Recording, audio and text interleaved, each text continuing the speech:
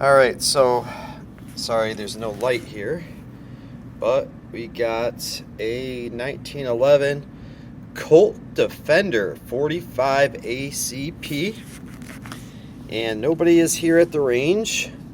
I'm about to take my first shots and see what I think of this baby. So here we go.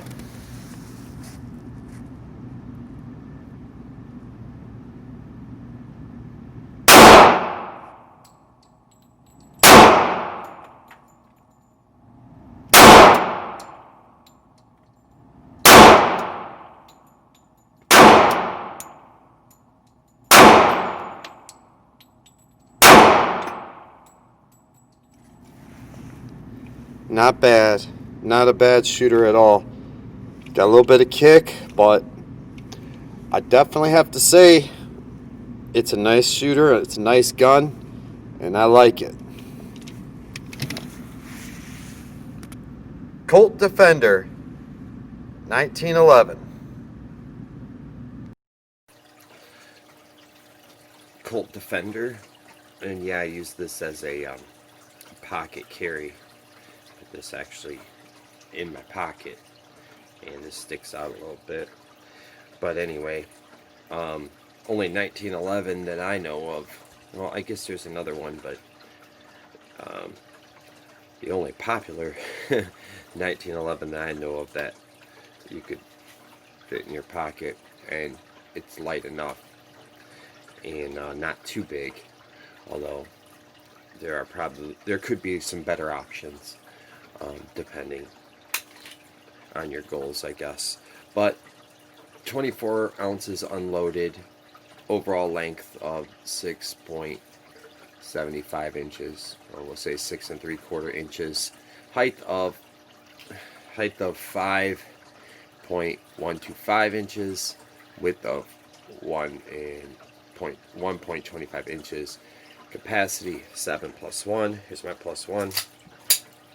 Okay, the gun is now clear, and one of the things about this gun I like is that the takedown doesn't require the paper clip trick or put a wire in the hole or anything like that. So I'm going to try to take it down.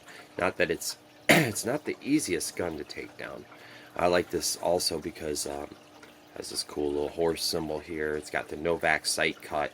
Now these sights are not adjustable. Well, I mean, I guess they might be windage adjustable, but it doesn't seem that way. But you could easily change these out for fully adjustable sights, which I probably will. So let's see, single action only. So if you pull the trigger and the hammer's forward, nothing happens.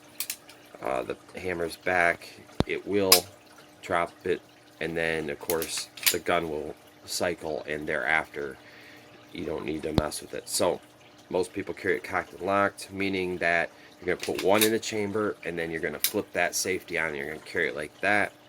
I'm a weirdo, so, and because I got kids, I like to put one in the chamber and put the hammer back down, assuming that they won't figure out or don't have the strength or whatever, pull this back if I was dumb enough to, some reason my gun was out or they got their hands on it.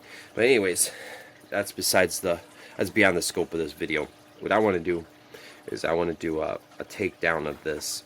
And also I want to mention this safety is here, and I thought I would hate these, but in reality it really doesn't bother me, other than you have to have your hand there. You can't take this down with one hand like a lot of my other ones you could. Anyways, let's get on with this. So there's a notch right there, and you have to muscle this over. It's going to work a lot better with the hammer back. You're going to have to muscle this over and then push on the other side. And this part that I'm doing right now it should be kind of self-explanatory, I guess, because that's kind of how all 1911s come down, and how a lot of other things, like, I don't know, maybe a CZ or something might come apart, a EAA Witness. They pretty much all come apart like that. But there you have it. Now this part might be a little tricky. I might even forget while I'm trying to do this, but so this is non-captured, okay, and it's got this like half moon or whatever shape in there, a little, I don't know what you'd call that, curve shape.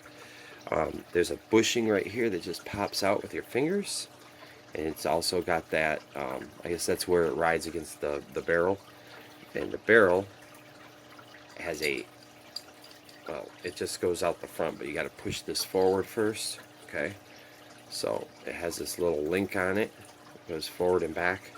I'm going to slide that back in there, and slide this back, and then put the bushing back in there, and pretend like we just cleaned the gun and oiled it and everything.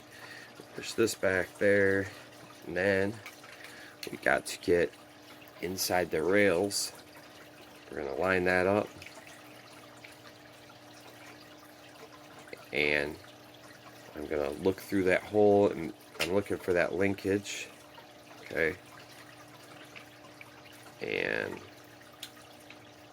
anyway, I think I'm going to do the rest off camera because I do not want to scratch my gun, but you're going to put it back together kind of the way it came apart. So it's not that hard, it's doable, and you don't need any extra tools, and that's what I wanted to show on camera in case anybody's confused about the takedown and put back together. But you do have to really muscle this to get it back together.